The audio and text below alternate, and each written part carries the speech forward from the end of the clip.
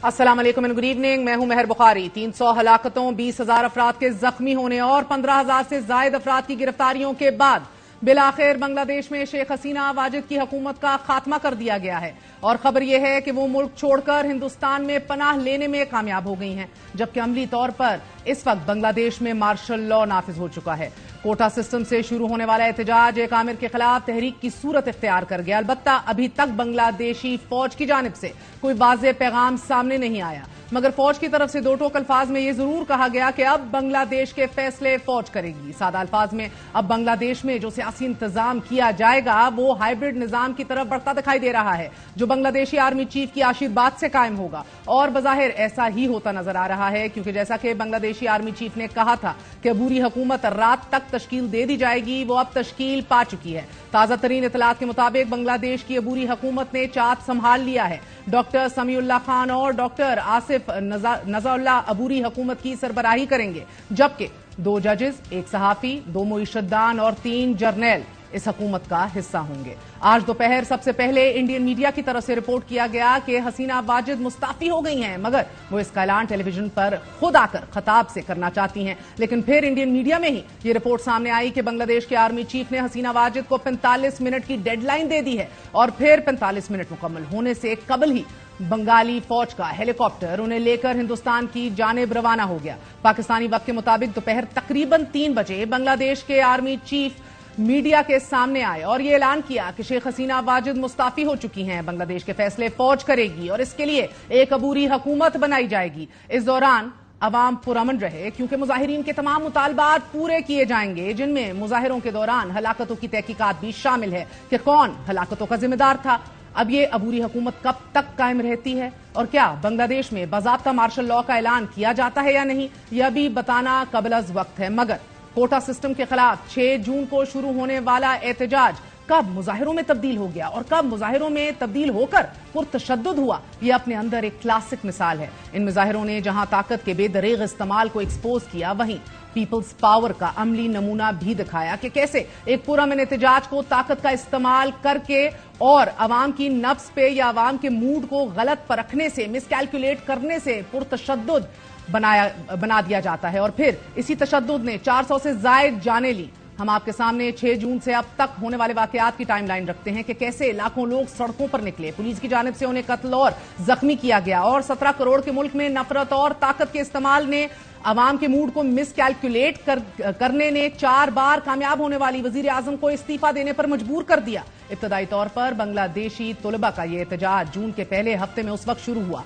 जब 5 जून 2024 को बंगला high court ने 2018 में खत्म किए गए 30% कोटा सिस्टम को बहाल कर दिया और फिर इब्तदाई तौर पर ढाका यूनिवर्सिटी के तुलबा की जानिब से कोटा सिस्टम के खिलाफ जुज वक्ती, यानी कि आधा वक्त वो क्लासेस में ही रहते थे और आधा वक्त एहतजाज के लिए मुतहर्रिक हो जाते थे। ये वक्त उन्होंने आधा आधा डिवाइड किया और तुलबा का सिर्फ एक मुतालबा रहा कि एक ऐसे वक्त में जब कॉलेजेस में मेरिट पर दाखिले होते हैं तो फिर सरकारी नौकरियों में 1/3 हिस्सा उन अफराद के अहले खाना के लिए क्यों मुख्तस किया गया है जिनके वालिदैन ने 1971 की जंग में हिस्सा लिया था। तुलबा की तरफ से कोटा सिस्टम को मुतसिबाना करार देते हुए मेरिट पर भर्तियों का कहा गया, मगर फिर शेख हसीना वाजिद की जानिब से एहतजाज करने वालों के साथ मुज़ाकरात करने की बजाय, उन्हें इंगेज करने की बजाय उन्हें रजाकार और दहशतगर्द करार दिया गया। हुकूमत की तरफ से तुलबा को रजाकार और दहशतगर्द करार दिए जाने के बाद मुजाहिरे पुरतशद्दुद होते चले गए और पहले मरहले में तुलबा और अवामी लीग के तुलबा विंग के दरमियान झड़पें हुई। पुलिस की जानिब से ईंटों, लाठियों, आंसू गैस, रबड़ की गोलियों और गिरफ्तारियों को बतौर हथियार अवामी ताकत को कुचलने के लिए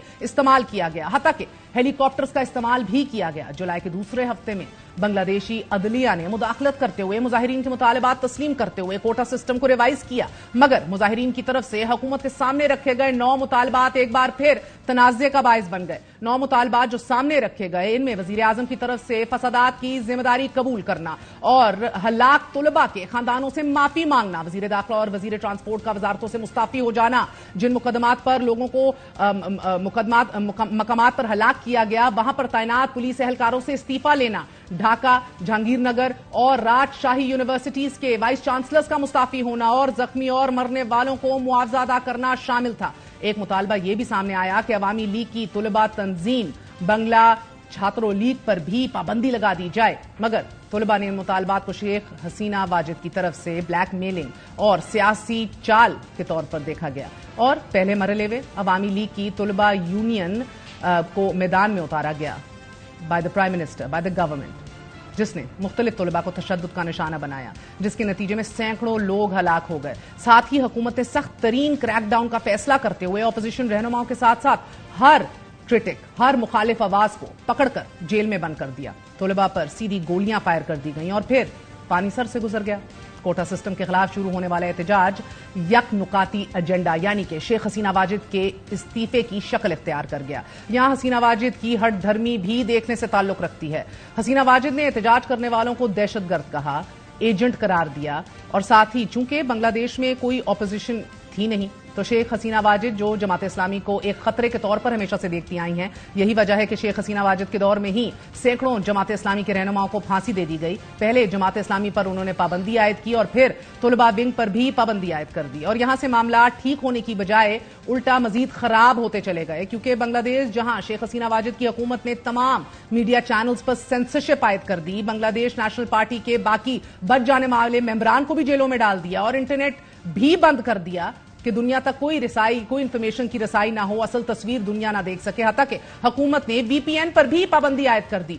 तो इसके जवाब में बांग्लादेशी तलबा ने सिविल नाफरमानी की तहरीक का ऐलान कर दिया और फिर सिविल नाफरमानी के पहले दिन 99 अफराद जाँ बहक और सैकड़ों जख्मी हो गए। इस दौरान मुल्क भर में कर्फ्यू भी नाफिज कर दिया गया और इसी दौरान एक वीडियो ऐसी भी सामने आई जिसमें अब्दुल सईद नामी शख्स को बराह रास्त यानी कि स्ट्रेट फायर करके हलाक कर दिया गया। ये सोच लीजिए कि ये शायद वो पॉइंट था कि जब यूं लगने लगा कि पूरा बांग्लादेश सड़कों पर आ गया है, अवाम सड़कों पर एहतजाज कर रहे थे और शेख हसीना वाजिद इन सरकारी इमारतों के दौरे कर रही थी कि जहां मुजाहिरीन ने तोड़ फोड़ की थी, यानी कि अवाम सड़कों पर लाशें उठा रहे थे और शेख हसीना वाजिद शीशों की टूटी किरचियां उठा रही थी। यही नहीं, शेख हसीना अवाम से इतनी दूर हो चुकी थी, इतनी डिस्कनेक्टेड हो चुकी थी कि उन्होंने कोटा सिस्टम के नतीजे में एहतजाज करने वालों के खिलाफ नेशनल मॉर्निंग डे का ऐलान कर दिया। इंटरनेट बंदिश पर बांग्लादेशी सरकार का मौकफ यह रहा कि इंटरनेट केबल एहतजाजियों ने खुद काटी है। इसी तरह एहतजाज करने वालों के बारे में कहा गया कि ये तो किसी नशे के सहर में मुब्तला हैं। यही नहीं, मतलब पहले कोटा सिस्टम पर सियासत करो, फिर लोगों पर गोलियां चला दो और फिर जब लोग मरने वालों के लिए आवाज उठाएं तो उन्हें भी दहशतगर्द कहकर शोक का ऐलान कर दो और फिर उन्हीं को नशई भी कहला दो। शेख हसीना वाजिद की हुकूमत के खात्मे के बाद अब ऐसे मनाजिर सामने आ रहे हैं जो इस फ्रस्ट्रेशन और नफरत का इजहार कर रहे हैं जो बंगाली अवाम के दिलों में शायद अब नहीं 15 सालों से पनप रही है। ढाका में वजीर आजम की सरकारी रिहाइशगाह और दफातर पर हमलों के अलावा मुजाहिरीन ने शेख हसीना की जमात अवामी लीग की कई दफातर को भी नजर आतिश कर दिया है। वजीर दाखिला और दीगर वज़रा की रिहाइशगाहों में तोड़ फोड़ और आग भी लगा दी गई है। इसके अलावा मुश्तइल अफराद ने बांग्लादेश के बानी शेख मुजीबुर रहमान के मुतअद्दिद मुजस्मों को भी तोड़ दिया है। These images are indeed ceremonious, लेकिन बांग्लादेशी अवाम एक आमिर के खिलाफ जीत का जश्न मना रहे हैं और शेख हसीना वाजिद को हटाए जाने पर खुश दिखाई दे रहे हैं। अलबत्ता ये पहला मौका नहीं है जब बांग्लादेशी फौज ने हुकूमत का खात्मा किया हो। बांग्लादेश में अब तक 29 बार मार्शल लॉ लगाया या लगाने की कोशिश की गई है। 15 अगस्त 1975 को पहला मार्शल लॉ उस वक्त लगाया गया जब फौज के मिड रैंकिंग ऑफिसर्स ने बांग्लादेश के बानी शेख मुजीबुर रहमान को उनके घर में घुसकर पूरे खानदान समेत कत्ल कर दिया। इसके बाद 3 नवंबर को दूसरा मार्शल लॉ लगाया गया जब ब्रिगेडियर खालिद मुशर्रफ ने मुश्ताक अहमद को ओहदे से हटाते हुए इक्तदार पर कब्जा कर लिया और साथ ही मेजर जनरल जियाउर रहमान को हाउस अरेस्ट कर दिया गया। हालांकि ब्रिगेडियर खालिद और मेजर जनरल जिया दोस्त थे। और फिर 7 नवंबर को दाएं बाजू से ताल्लुक रखने वाले फौजी एहलकारों ने तीसरा मार्शल लॉ लगा दिया और मेजर जनरल जियाउर रहमान को आर्मी चीफ भी बना दिया गया। 4 साल इस मार्शल लॉ के दौरान मेजर जनरल जियाउर रहमान को कत्ल करने की तकरीबन 21 कोशिशें की गईं। इंडियन मीडिया के मुताबिक शेख हसीना को इंडियन शहर अगरतला में रखा गया है और अभी भी थोड़ी देर पहले भी यह खबर आ रही है कि वो national security adviser Ajit Doval से भी मीटिंग कर चुकी हैं, लेकिन वो लंबा अरसा वहां रिहाइश पजीर रह सकेंगी, नहीं रह सकेंगी। Will she find exile? Her party is very much intact in Bangladesh. What is the future exactly, इस पर भी बात करेंगे। बांग्लादेशी अवाम भारत को unfortunately according to Hasina Wajed her government मसले की एक अहम वजह समझते हैं, जबकि 15 साल तक बिला शिरकत गैर बांग्लादेश पर हुकूमत करने वाली शेख हसीना के इक्तदार का सूरज गुरूब हो चुका है। वही सूरज के जिसकी तपिश से ना ऑपोजिशन लीडरशिप बच सकी, ना ही अवाम बच सकी, ना ही मीडिया बच सका। सवाल यह है कि गैर मकबूल हुकूमत की जगह लेने वाली फौजी आशीर्वाद से कायम होने वाली हुकूमत عوامی قبولیت کا درجہ پا سکے گی؟ از دس دا سولوشن؟ ہمارے ساتھ موجود ہیں سینیٹر مشاہد حسین سید صاحب، گہری نظر رکھتے ہیں انٹرنیشنل افیئرز پہ اور اس خطے کی سیاست میں. سینیٹر صاحب، always a pleasure to have you. السلام علیکم.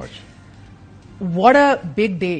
I mean, leading up to this moment, اتنی آئرن فسٹ سے 15 سال حکومت کی ہے حسینہ واجد نے کہ شاید یہ ایکسپیکٹ نہیں کیا جا رہا تھا، مگر جس طرح یہ لاوے کے طور پہ پھٹا ہے اور بچے باہر نکلے ہیں، طلباء باہر نکلے ہیں، اپنی حقوق کی جنگ انہوں نے لڑی ہے، اس کو بڑی خوشائن طریقے سے ابھی دیکھا جا رہا ہے.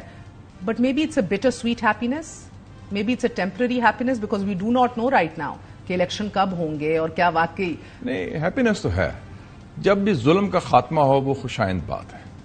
ظلم جو بھی کرے، چاہے وہ الیکٹڈ سیاستدان ہو یا کوئی اور آمر ہو یا وردی میں ہو یا نہ وردی میں ہو، ایک تکبر اور آمریت کی بنیاد پر یہ حکومت بنی تھی اور یہ جعلی حکومت تھی، کیونکہ جو الیکشن ہوا تھا جنوری 2024 میں وہ دھاندلی کی بنیاد پر تھا اور اس کی پیداوار ہے. اور بائی دا وے آپ نے ذکر کیا، میں خود ڈھاکہ میں پڑھا ہوں کیونکہ میرے والد صاحب پوسٹڈ تھے، تو میرا جو سیاسی شعور ہے، میرا اسٹوڈنٹ ڈیز میرے ڈھاکہ میں گزرے. آدم جی کنٹونمنٹ پبلک اسکول کرمی ٹولہ ڈھاکہ میں.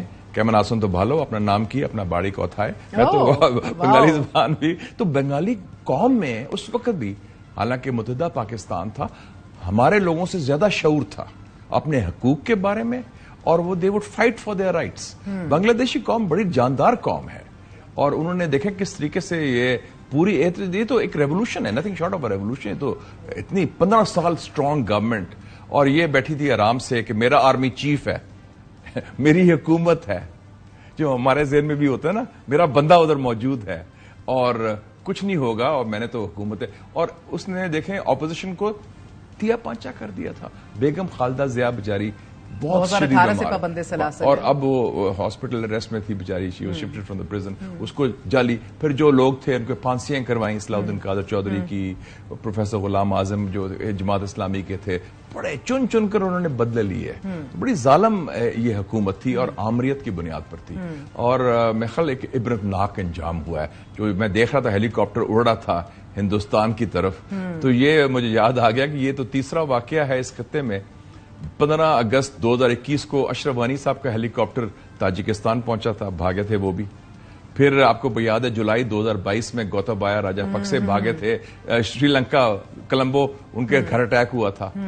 اور اب تیسرا واقعہ ہوا ہے. سو انقلاب بار بار دستک دے رہا ہے ہمارے خطے کے، ہمارے خطے میں، ہمارے ارد گرد. تو یہ ذرا وارننگ سگنل ہے. ہاں، ہونا چاہیے. کوئی بندہ ایگزیمپٹ، کوئی حکومت، کوئی رجیم ایگزیمپٹ نہیں ہو سکتی لا آف نیچر کا. جہاں ظلم ہوتا ہے، جہاں زیادتی ہوتی ہے، وہ حضرت علی کا بڑا اچھا قول ہے کہ کفر کی حکومت تو چل سکتی ہے، ظلم کی بنیاد پر حکومت نہیں چل سکتی. And before I get to this sir, یہ آپ نے جس بیداری اور آگاہی کی بات کی، ادھر بنگلہ دیشی یوتھ نے باہر نکل کر ایک جو پرامن احتجاج کا سلسلہ سٹارٹ کیا، ادھر ان کو کوٹا سسٹم سے اختلاف تھا، مگر جب وہ ریوائز بھی ہو گیا اور آپ کا 5% پہ بھی لیا گیا، اتنی آگاہی اور بیداری رہی باوجود اس کے کہ they still rejected it, they still said کہ اس پہ ایگزیکٹو کنٹرول بہت سارا ہے. You looking at 18 million youth, 18 million نوجوان ایسا کہ جو پڑھا لکھا ہے، ہائی لٹریسی ریٹ ہے، مگر ان امپلائڈ ہے، مگر اس کے اندر بیداری اور شعور اتنا ہے. اور جب 200 بندے مروانے کے بعد پھر باہر آئے ہیں. انہوں نے دھاندلی یہ کی کہ 30% کوٹا لگا دیا جو میرے اپنے بندے ہیں، اپنی پارٹی کے اپنے جو ہیں، اس پر تو لوگوں نے کہا یہ ریڈ لائن کراس ہو گئی ہے. اس کی مس کیلکولیشن کیا تھی خالدہ؟ میں نے جب سلوگن سنا حسینہ واجد کی حکومت کے خلاف، آمی کے تمی کے رضاکار، رضاکار ایک بڑی گالی تھی سمجھی جاتی کہ پاکستان کے ساتھ مل کے جو رضاکار تھے ان کے حوالے سے. جب انہوں نے کہا ہم سب رضاکار ہیں، جب اس نے الزام لگایا نا کہ آپ رضاکار ہیں، you are agents, foreign agents basically, anti national, جو ہمارے بھی ہوتا ہے، ملک دشمن تو بڑی عام سیکورٹی رسک. تو وہ آپ نے دیکھا، اس پر میں نے دیکھا کہ یہ تو ایک نیا سچویشن پیدا ہو گئی ہے. اور خواتین اور لڑکے لڑکیاں، جس طرح انہوں نے کہا، and it increased. Miss calculation کیا رہی حسینہ کی؟ مس کیلکولیشن وہی ہے جو ہر حکمران کی ہوتی ہے کہ میں بہت مقبول ہوں، میں تا حیات حکومت میں رہوں گا، اور یہ جو سرکاری نظام ہے، یہ جو کرسی ہے، یہ کرسی یہ بڑی مضبوط ہے اور اس کرسی کو کوئی ہلا نہیں سکتا. کیونکہ میں بٹن دباتی ہوں تو وہ ایم ایس آتا ہے وردی میں، بٹن دباتی ہوں تو چیف سیکرٹری آ جاتا ہے, بٹن دباتی ہوں تو میرا مخالفین وہ اریسٹ ہو جاتا ہے. تو جب میں چاہوں ہے جیسے وہ کہتے ہیں پنجابی میں چیڑی نہیں پھڑکتی. اچھا, یہ ابھی بھی لوگ سڑکوں کے اوپر ہے. گراؤنڈ سچویشن یہ ہے کہ ڈھاکہ میں ابھی بھی دفاتر جلائے جا رہے ہیں, پراپرٹیز جلائی جا رہی ہیں, پہلے تو لوٹ مار کی انہوں نے پرائم منسٹر ہاؤس کی پولیس اسٹیشنز کو جلایا جا رہا ہے. There is still an unrest. People are related but there is still an unrest. میری ابھی کچھ لوگوں سے ادھر بات ہو رہی تھی, صحافیوں سے. They said it is a very fragile situation right now. There is still anger. وہ عوام کے جو 1/3 سے 5% کوٹے کے اوپر بھی نہیں سیٹسفائی ہو سکی, and they still resisted the executive control. آپ کو لگتا ہے کہ وہ ابھی خوش ہو جائے گی جو کیئر ٹیکر سیٹ اپ فوج لے کر آ رہی ہے, جو فوج کے آشیرواد سے آئے گا؟ میں نے بڑے غور سے اسپیچ سنی تھی جنرل وقار صاحب, جو چیف آف آرمی اسٹاف ہے, now is the number 1 now. انہوں نے بڑا آلموسٹ پلیٹ کیا ہے, ان کی ٹون بڑی سافٹ تھی کہ please have confidence in the army, اعتماد کرو ہم پر, ہم آپ کے جو جائز مطالبات پورے کریں گے, ہم آپ میں سے ہیں اور آرمی آپ کے ساتھ ہے. سو یہ بڑا امپورٹنٹ تھا کہ ہی گیو دیٹ آلموسٹ پلیڈنگ. یہ نہیں کہ میں یہ کر دوں گا, میں وہ کر دوں گا, یہ وہ جو اسٹیپ. وہ چیف مارشل لا ایڈمنسٹریٹر کی اسپیچ نہیں تھی. It was a speech of a very humble general جنہوں نے ٹیک اوور کر لیا ہے, لیکن وہ کہتے ہیں کہ ہم آپ میں سے ہیں. Have you never seen humble generals before, sir? We've had many over here as well. جب ٹیک اوور کرتے ہیں بھی اتنی ہیوملٹی کے ساتھ آئے تھے. ٹیک اوور جب ہوتا ہے تھوڑا سا ذرا, جب ٹیک اوور ہوتا ہے نا کودٹا میں, تو وہ تھوڑا سا ذرا دبدبا ہوتا ہے, ذرا ٹون مختلف ہوتی ہے. ادھر ٹون ذرا. ادھر آپ ٹیک اوور کا خدشہ آپ کو نہیں ہے, مارشل لا کا خدشہ نہیں ہے. ٹیک اوور 29 بار یہ ٹرائی ہو چکا ہے. نہیں, وہ ٹیک اوور تو ڈی فیکٹو ہو گیا نا, کہ ان دا سینس کہ ٹرانزیشن تو آرمی اوورسی کرے گی. جیسے پاکستان بھی ہے, بنگلہ دیش میں بھی اب سینٹر سٹیج میں فوج واپس آ گئی ہے. They are in the driving seat. وہ فیصلہ کریں گے کب تک حکومت چلے گی عبوری, کب الیکشن ہوں گے, اور آگے کیسے نقشہ نکلے گا. So it's a transition now.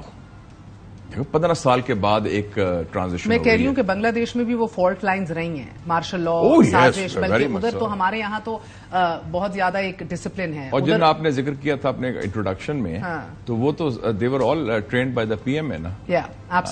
General خالد مشرف کی بات کی آپ نے, جنرل حسین محمود ارشاد کی بات کی, جو میرے دوست بھی تھے, میں نے 2 دفعہ انٹرویو بھی کیا تھا. پھر جنرل ضیاء الرحمان کی بات کی. جنرل ضیاء الرحمان جو تھے, he was a instructor in the P M میں. Begum Khaleda Zia used to be there, he was a company commander there. تو وہ سارے پاکستان ملٹری اکیڈمی کے پیداوار تھے. سو آپ کو یہ خدشہ نہیں ہے of any official martial law over there? You feel کہ فوج آئے گا, کیئر ٹیکر سیٹ اپ فوج کی آشیرواد سے آئے گا. 3 مہینے کا بھی وقت بتا رہے ہیں some locals and journalist are speaking to, کہ 3 مہینے کا کہا جا رہا ہے کہ یہ سیٹ اپ رہے گا. کولنگ آف پیریڈ شاید ایک اینڈ آف دا ایئر تک چلائیں گے یہ لوگ. سو کولنگ آف پیریڈ کی ضرورت ہے, کیونکہ بہت بڑا چینج آیا ہے. And then there will be an election. How fair will that be, sir? I think election fair کرانا پڑے گا ہم کو. اور الیکشن میں ظاہر ہے کہ میرا نہیں خیال کہ عوامی لیگ واپس آئے گی. عوامی لیگ پولیٹیکل فورس ہے, سپورٹ ہے, ری گروپ کرے گی. لیکن جو باقی لوگ جن کو سپریس کیا گیا تھا, کیونکہ وہ تو دھاندلی سے الیکشن ہوا تھا نا, ٹوٹل فراڈ. مگر مجھے ایک بات بتائیے گا سر کوئکلی آلسو, کہ یہ کہیں اور بھی انقلاب آنے کا, جہاں اس قسم کے حالات ہوں گے, وہ بالکل ان پاپولر. انگریڈینٹس کیا ہے؟ میں نے کہا تھا 3 R's: rigging, repression, resistance. Rigging, repression, resistance. Sounds familiar? It's very familiar. Almost too familiar. تو یہ دیکھ لیں کہ ادھر میں سمجھتا ہوں closer to home ہمیں بھی ادھر ہونا چاہیے کہ ہمارے ہاں بجلی کا بل کا ایشو ہے, لوگ اور جگہ. مگر سر یہ اتنی مماثلتیں ہیں, آپ نے یہ ریپریشن, ریگنگ, ریزسٹنس. اچھا, آپ کو پتا کہ یہ جنرل وقار جو چیف آف آرمی اسٹاف تھا, یہ ان کا خاص بندہ تھا, اس کا رشتہ دار بھی تھا حسینہ واجد کا, married to one of her close relatives. اس نے چن کے اس کو لگایا تھا, اب جون میں بنا ہے, ابھی لگایا بالکل. اس سے پہلے چیف آف جنرل اسٹاف بنایا ان کو. لاٹ آف مسٹیکس جس سے نواز شریف صاحب جو کر کے بھگت بھی چکے ہیں ماضی کے اندر. ذوالفقار علی بھٹو, غلام اسحاق خان, سارے وہ لمبی ہسٹری ہے. the guy is never your guy. وہ کہتے ہیں میرا بندہ ہے چیف آف آرمی اسٹاف. ہاں, اپنا بندہ کبھی نہیں ہوتا sir. Army chief is loyal to the institution and to the country, not to بندہ who makes his nomination. بلکہ sometimes have to go out of your way to prove that کہ بھائی I am with my institution. It's common sense because مگر آپ نے اتنی مماثلتیں کی ہیں, but you know there is a very differing factor as well, جس سے بڑا مختلف سچویشن بھی ہوتی ہے. آپ کہہ رہے ہیں ریگنگ یہاں ایشو ہے, ریپریشن ایشو ہے جناب, ریزسٹنس ایشو ہے جناب, مگر سر ادھر انکیومبنسی فیکٹر تھا. 4 رجیم, 4 گورنمنٹس 15 سال کے اوپر مشتمل کا, وہ انکیومبنسی فیکٹر ادھر نہیں ہے. سو I mean 16 ماہ کے بعد اب یہ بات کر رہے ہیں. ہاں, مطلب ہے کہ اگر آپ کو दूसरी मर्तबा बासी खाना खिलाया जाए, second serving of stele food, मतलब आपको पहले PDM-1 आई जो पिछली गवर्नमेंट्स की कॉबल कोalition थी, उसके बाद फिर इनको इंस्टॉल किया गया आफ्टर रिग्ड इलेक्शन। तो व्हाट इज द डिफरेंस? वो तो इनकम्बेंसी चल रही है ना, व्हाट एल्स? इनकम्बेंसी यही होती है कि वही continuity of an old order which is weak from with in, lakhs credibility and legitimacy. तो सबक क्या सिखाना चाहेंगे आप आज? सबक से सीखना चाहिए जो मैं कहता हूं हीलिंग टच, सबको साथ लेके चलें और तकब्बर से ये ना समझें कि ताकत के जरिए हम अवामी कुव्वत को कुचल देंगे और कुचल देने में कामयाब होंगे। ये कहीं नहीं हुआ, ये इधर भी नहीं होगा। और लिसन टू द वॉइसेस। हम समझते हैं कि पॉपुलर पल्स से कितनी एक्सपीरियंस पॉलिटिशियन थी Hasina Wajid, she was totally out of touch. ये तो लगता था मैरी एंटोनेट की तरह बैठी है जैसे फ्रेंच रेवोल्यूशन से पहले, लेट देम ईट केक, ये हाल था, टोटली आउट ऑफ टच। और कैसे फिर भागना पड़ा उसको, हेलीकॉप्टर वो किया back home to Brigitte Dovel and the New Delhi crowd and Agartala. What irony. Do you find her indefinitely going into exile, और अगली हुकूमत जो आएगी will they be as pro India as her? नहीं और unlikely. India की बहुत बड़ी शिकस्त हुई है अल्लाह के फजल से। इंडिया हैज लॉस्ट बांग्लादेश, ये ना भूले, इंडिया हैज लॉस्ट बांग्लादेश, क्योंकि ये बांग्लादेश तो वो समझते हैं ना ये हमारा जेब में है, मुट्ठी में है। पॉपुलर सेंटिमेंट मुझे नोट किया, मैं 2-3 दफा मैं ट्रैवल भी किया, मुझे बांग्लादेशी दोस्तों ने कहा, कहते ये ना समझे कि जो नजर आता है ये क्राउड है अवामी लीग का और हसीना वाजिद का।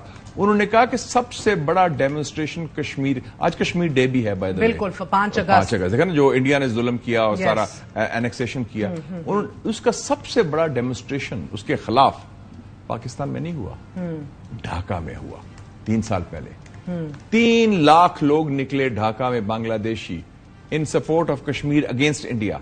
वो तो Indian embassy high commissioner India has lost Kashmir, you saying sir? Lost Kashmir तो लॉस्ट कर चुके हैं, पहले भी occupied territory, they have lost Bangladesh. Allah माफ करे, are you scared of a hat-trick खित्ते में? I am not scared. Are you looking forward to one?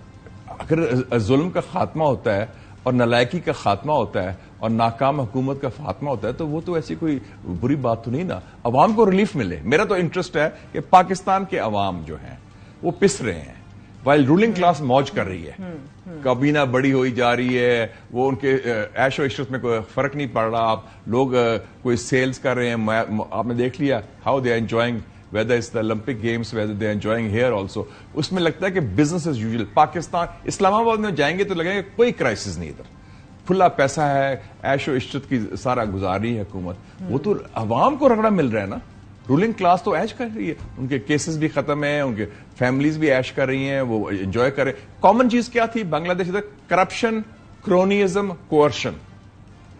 Corruption, cronyism मतलब यारी दोस्ती, फैमिली रूल एंड कोअर्शन, डंडा।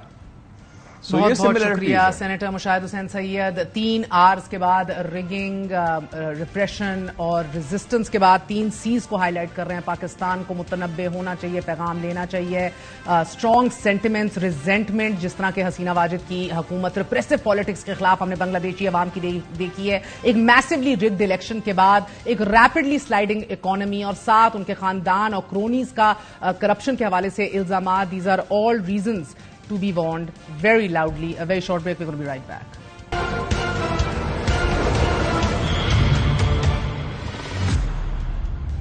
9 मई के मौके पर कोई तब्दीली आई है, ना ही आएगी। एक माफिया है कि जो ये नहीं चाहता कि पाकिस्तान तरक्की करे। जब आपके घर में आग लगी हो तो ये सवाल नहीं करते कि तुम आग बुझाने क्यों आए हो। बैरून मुमालिक से जो प्रोपेगेंडा मुहिम चलाई जा रही है उसका भी हमें सब पता है। नाजरीन, DGISPR लेफ्टिनेंट जनरल अहमद शरीफ की प्रेस कॉन्फ्रेंस ने सियासत की कई उलझनें निकाल दी हैं। गुज़िश्ता एक हफ्ते से तवातर के साथ इस्लामाबाद के सहाफती हलकों में ये खबरें फैलाई जा रही थी कि फौज और तहरीक इंसाफ के दर पर्दा मामलात चल रहे हैं। कुछ गैर सियासी शख्सियात का नाम लिए बगैर यह भी कहा जा रहा था कि उनकी साबिक वजीर आजम इमरान खान से जेल में मुलाकात हुई है। गुजरे एक हफ्ते से तहरीक इंसाफ इमरान खान के लबो लहजे में भी खासी नरमी देखी जा रही थी। इमरान खान फौज से मुज़ाकरात की खुलकर ख्वाहिश का इजहार भी करते रहे। ये भी कहते रहे कि उन्होंने फौज पर इल्जाम नहीं लगाए बल्कि सिर्फ तनकीद की है। लेकिन इमरान खान के इस नर्म होते रवैये के बावजूद मगर आज DGISPR की प्रेस कॉन्फ्रेंस ने ऐसी तमाम कयास आराइयों से हवा निकाल दी है। اس موضوع پہ جو فوج کا بڑا واضح موقف ہے، جو 7 مئی کی آئی ایس پی آر کی پریس کانفرنس تھی اس میں یہ بیان کیا گیا تھا، نہ اس میں کوئی تبدیلی آئی ہے اور نہ ہی آئے گی۔ کوئی تبدیلی آئی ہے نہ ہی آئے گی، بڑا واضح اور دو ٹوک موقف سامنے آیا ہے۔ سابق وزیر اعظم عمران خان کی گرفتاری کا 1 سال پورا ہونے پر تحریک انصاف نے سوابی میں جلسہ کیا ہے، اور اس جلسے سے خطاب میں تحریک انصاف کے رہنما علی محمد خان نے D G I S P R کی پریس کانفرنس کا جواب دیتے ہوئے کہا ہے کہ معافی عمران خان سے آپ کو مانگنی چاہیے، ایسے ملک نہیں چلے گا۔ وہ منائی ہے، جا کے معافی مانگ لو، معاف کر دے گا۔ معافی مانگ لو، معاف کرے گا تو ملک چلے گا۔ پریس کانفرنس کرنے سے ملک نہیں چلے گا، غلطی تسلیم کرنی پڑے گی۔ گزشتہ روز ہی عمران خان نے غیر ملکی خبر رسال ایجنسی کے سوالات کے جواب میں یہ بھی کہا کہ فوج کے ساتھ بہترین تعلقات برقرار رکھنا بے وقوفی ہے، فوج سے مذاکرات کے لیے تیار ہیں اور اصل قوت سے ہی بات کرنا زیادہ سود مند ہوگا، لیکن ساتھ انہوں نے یہ شرط بھی عائد کی کہ انتخابات میں تحریک انصاف کی اکثریت تسلیم کرنے تک حکومت یا فوج سے عدلیہ کے باہر کوئی تصفیہ نہیں ہوگا۔ عمران خان نے روئٹرز کو تحریری جوابات دیتے ہوئے کہا ہے کہ پاکستان کی جغرافیائی پوزیشن اور نجی شعبے میں فوج کے اہم ترین کردار کے پیش نظر ایسے تعلقات کو فروغ نہ دینا بے وقوفی ہوگی۔ ہمیں اپنے فوجیوں اور مسلح افواج پر فخر ہے۔ عمران خان کا کہنا ہے کہ میں نے برطرفی کے بعد افراد پر تنقید کی، ایک ادارے کے طور پر فوج پر نہیں، اور فوجی قیادت کی غلط فہمیوں کو پورے ادارے کے خلاف نہیں ٹھہرایا جانا چاہیے۔ بدلتے اس بیانیے میں مگر پاک فوج کا بیانیہ وہی ہے کہ 9 مئی پر معافی مانگی جائے تو بات آگے جائے گی۔ D G I S P R نے اس کے ساتھ ساتھ یہ بھی واضح کیا کہ ایک مافیا ہے کہ جو نہیں چاہتا پاکستان ترقی کرے۔ ہمارا مسئلہ یہ ہے کہ ہم اپنے سیاسی مقاصد کے لیے، اپنے مضمون نیرو انٹرسٹ کے لیے اس کو تنقید کا نشانہ بناتے ہیں، کیونکہ یہاں پہ ایک مافیا ہے جو یہ نہیں چاہتا کہ پاکستان کی عوام ترقی کرے اور اس کی فلاح و بہبود۔ جب آپ کے گھر میں آگ لگی ہو تو سوال یہ نہیں کرتے کہ تم آگ بجھانے کیوں گئے، وہ یہ سوال ضرور کرے گا جس نے یہ آگ لگائی ہے۔ وہ یہ سمجھتا ہے کہ پاکستان کی تباہی میں اس کی کامیابی ہے۔ اس مافیا کو پہچانیے اور اس کو یک زبان ہو کر ایک جواب دیں کہ تم جو کچھ کر، nothing can and nothing will stop us from doing what we do۔ اسی حوالے سے بات کریں گے، ہمارے ساتھ سینئر قانون دان تحریک انصاف کے سینئر رہنما حامد خان صاحب موجود ہیں۔ حامد صاحب بہت بہت شکریہ ساتھ دینے کا۔ آج ایک بار پھر دہرا دیا گیا ہے کہ معافی مانگی جائے گی تو بات آگے چلے گی۔ دیکھیے، معافی کس نے مانگنی ہے؟ زیادتی تو تحریک انصاف اور اس کی لیڈرشپ کے ساتھ ہوئی ہے۔ جنہوں نے زیادتی کی ہے ان کو معافی مانگنا چاہیے۔ جہاں تک 9 مئی کا تعلق ہے، اس کے بارے میں ابھی فیصلہ ہونا باقی ہے کہ کون اس کے پیچھے تھے۔ لہذا سب سے اہم چیز یہ ہے، جیسے کہ ہم نے پٹیشن 25 مئی 2023 کی سپریم کورٹ میں داخل کی ہوئی ہے، جس میں ہم نے کہا ہے کہ حاضر ججز کی بنیاد پر ایک جوڈیشل ٹرائبونل بنا کے جوڈیشل انکوائری کرے اور پتہ چلے کہ ان کے کیا حقائق ہے۔ کیونکہ پی ٹی آئی نے تو کوئی نہیں کہا تھا کہ جا کے تنصیبات پہ حملے کرو یا کسی قسم کا وائلنس کرو، پیسفل ڈیمونسٹریشن کی بات تھی۔ اس کو کس طرح سے وائلنٹ بنایا گیا، کس نے بنایا ہے، اس کی پوری انکوائری ہونی چاہیے۔ انکوائری کے بعد جو قصوروار نکلے گا اس کو سزا دی جائے، وہ چاہے معافی مانگے نہ مانگے وہ اور بات ہے، لیکن آپ کیسے کسی کو قصوروار ٹھہرا سکتے ہیں بغیر کسی انکوائری کے اور جوڈیشل قسم کا موقع دیے بغیر ہر پارٹی کو جس پر ایکوزیشن ہے کہ بھائی ہم نہیں تھے، ہم نے تو کہیں نہیں کہا تھا کہ جا کے وائلنس کرو۔ تو اس لیے یہ تو ایک خاص مقصد بنایا ہوا ہے کہ 9 مئی کہہ کر ہر طرح کی زیادتی اور ہر طرح کا ظلم، ہر طرح کا جبر جو ہے وہ پی ٹی آئی کے فاؤنڈر عمران خان اور دوسرے جو پارٹی لیڈرز ہیں اور پارٹی ورکر کے ساتھ جاری رکھا جائے۔ نرمی لچک تو انہوں نے دکھانی ہے جنہوں نے جو ہے اتنے الزامات لگائے ہوئے ہیں، بے بنیاد الزامات لگانے والے لوگ جو ہیں، جو کبھی مافیا کہہ دیتے ہیں، کبھی کچھ کہہ دیتے ہیں۔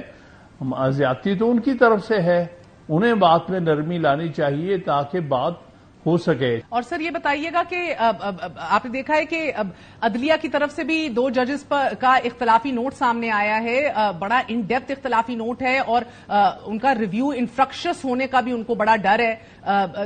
آپ اس اختلافی نوٹ کو کس طرح دیکھ رہے ہیں؟ اختلافی نوٹ جان بوجھ کے دلایا گیا ہے ان لوگوں سے جو کہ ایکچولی اختلافی نوٹ آج تک کبھی کوئی یہ پروسیجر کا حصہ ہی نہیں. پہلے ہمیشہ جو میجورٹی کی فیصلہ آتا ہے پھر اختلافی نوٹ بنایا جاتا ہے. آپ کس چیز سے اختلاف کر رہے ہیں؟ ابھی تو آپ کے ریزنس ہی نہیں آئے ہیں. آپ پرزیوم کر رہے ہیں ریزنس اور فیصلہ دے رہے ہیں اپنا جو دو ججز پر مشتمل ہے. 9 ججز کا بلکہ 11 ججز تک کا ایک فیصلہ ہے.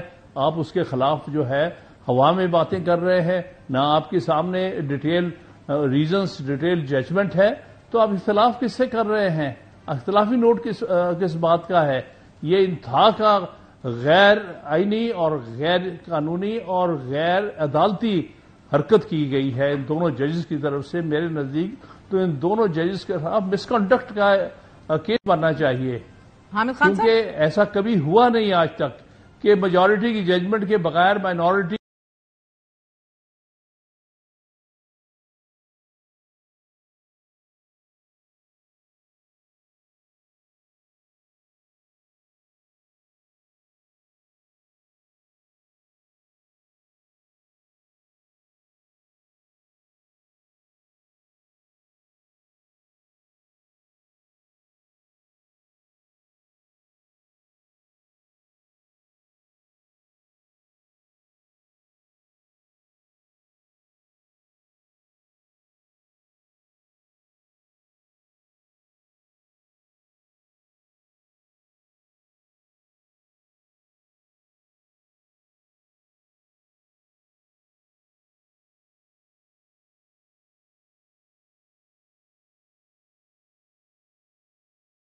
جج صاحبان نے، جسٹس امین الدین نے، جسٹس افغان نے یہ خود تحریر نہیں کیا یا کیا کہنا چاہ رہے ہیں آپ؟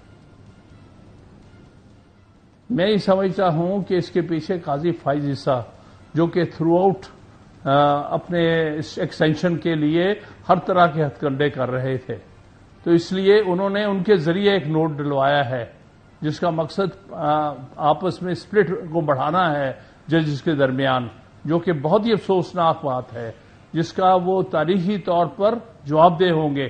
ایسی بات کبھی تاریخ میں نہیں ہوئی ہے کہ میجورٹی اوپینین آنے سے پہلے مائنورٹی اوپینین جو ہے وہ آ جائے.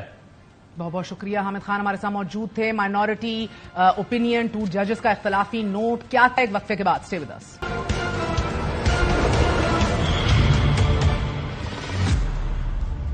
ریاست کا کوئی آئینی ادارہ کسی ایسے عدالتی حکم پر عمل کا پابند نہیں کہ جو آئین کے مطابق نہ ہو. مخصوص نشستوں سے متعلق عدالتی حکم پر الیکشن کمیشن کی ہچکچاہٹ اور حکومت کی جانب سے شدید اختلاف کے بعد 2 جج صاحبان کا اختلافی نوٹ گویا آئینی ترمیم اور وضاحتی پریس ریلیز میں الجھنے والوں کے لیے نسخہ کیمیا تحریر کیا گیا ہے. اعلیٰ عدالت کے تفصیلی فیصلے سے قبل مختصر اختلافی فیصلہ ممکنہ طور پر ریاستی اداروں خصوصاً الیکشن کمیشن کو مخصوص نشستوں سے متعلق فیصلے کو نظر انداز کرنے پر آمادہ کر سکتا ہے.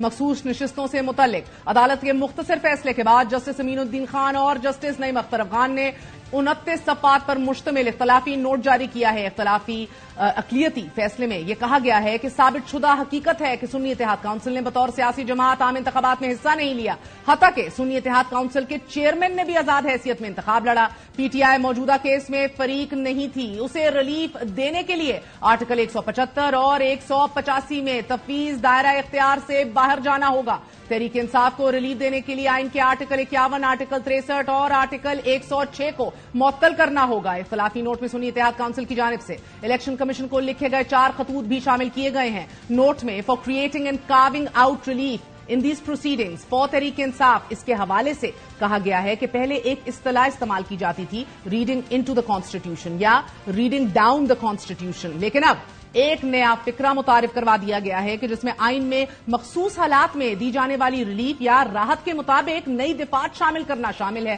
اور یہ بھی کہ اکثریتی فیصلے میں طریقہ کار کے تمام قواعد، قانون اور آئین کی بنیادی شقوں کو نظر انداز کیا گیا ہے. مذکورہ 39 اور 41 افراد اس فیصلے کی بنیاد پر کوئی بھی قدم اٹھاتے ہیں جو آئین کے مطابق نہیں ہوگا تو وہ آئین کی خلاف ورزی کی بنیاد پر واپس آنے والے امیدواروں یعنی کہ ریٹرننگ کینڈیڈیٹس کی حیثیت سے اپنی نشستیں کھو سکتے ہیں. دونوں ججز نے اختلافی فیصلے میں اکثریتی فیصلہ تاحال جاری نہ ہونے پر بھی سوالات اٹھائے. اختلافی نوٹ میں کہا گیا ہے کہ مختصر فیصلے کے بعد 15 दिनों का दौरानिया खत्म होने के बावजूद अक्सरियती फैसला जारी नहीं हो सका। तफसीली फैसले में ताखीर के बायस हम मुख्तसर हुक्मनामे पर ही अपनी फाइंडिंग दे रहे हैं। चीफ जस्टिस की तरह दोनों जजों को भी ये खदशा है कि नजरसानी की दरख्वास्त इनफ्रक्चुअस है, यानी कि बेनतीजा हो सकती है। गो के हकीकत यह है नाजरीन के इनफ्रक्चुअस होना या बेनतीजा होना शायद उस वक्त होता है जब कोई फैसला नजरसानी की समाअत से पहले ही नाकाबिले तलाफी नताइज का बायस बन जाता है।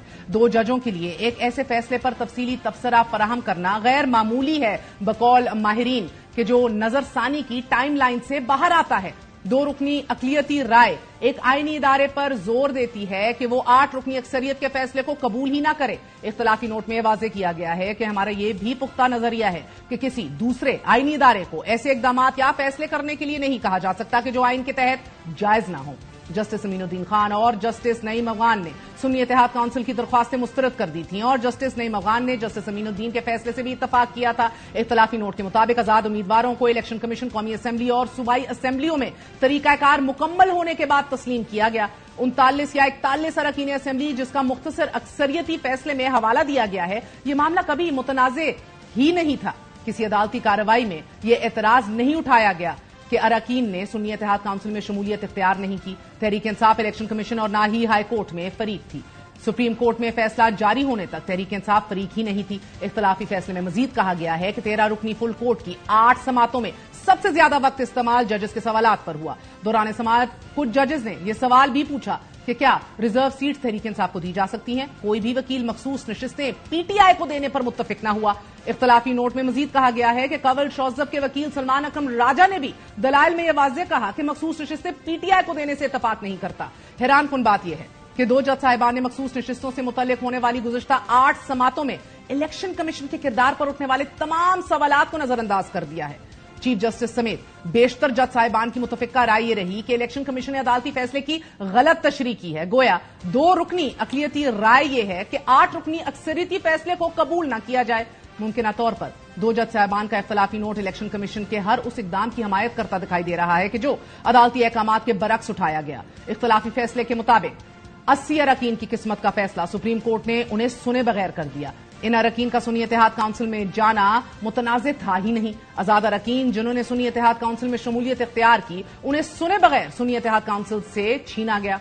सुप्रीम कोर्ट जब कोई अपील सुनती है तो इख्तियार समात महदूद होता है, जिसे अक्सरियती फैसले में नजरअंदाज कर दिया गया।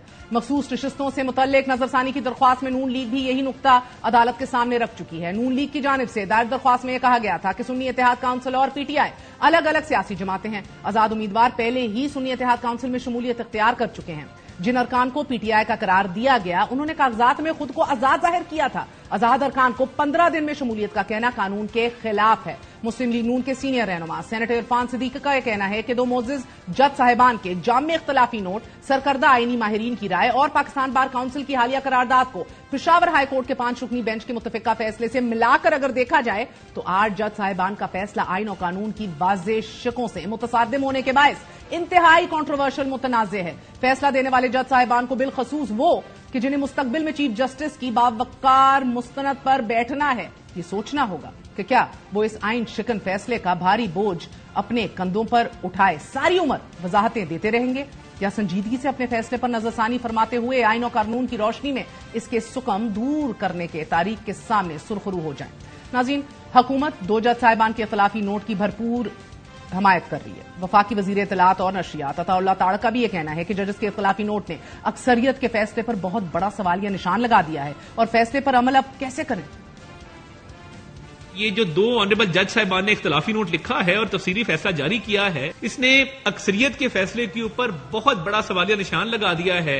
बड़े वैलिड निकात उठाए हैं कि आर्टिकल 175 और 185 में जो दायरा कार, जो दायरा इख्तियार तफवीज किया गया है, उससे बाहर जाकर अक्सरियत ने फैसला दिया है। उन्होंने आइन के आर्टिकल 51 की, आर्टिकल 63 की, आर्टिकल 106 की बात की है। आइन के आर्टिकल्स को मुअत्तल करना पड़ेगा इस फैसले पर अमल दरामद कराने के लिए। ये कैसे मुमकिन है? अदम मलहूज इलेक्शन कमीशन की हिचकिचाहट, हुकूमत की नजरसानी की दरख्वास्त और इख्तलाफी नोट में आला अदालत के फैसले पर अमल दरामद की नफी। क्या तहरीक इंसाफ को मखसूस नशिस्तों से महरूम करने के लिए है या फिर अक्टूबर 2024 में आने वाले नए चीफ जस्टिस ऑफ पाकिस्तान का रास्ता रोकने के लिए, जिस तरह अभी حامد خان صاحب فرما رہے تھے. اجازت دیجیے. Good night. اللہ حافظ.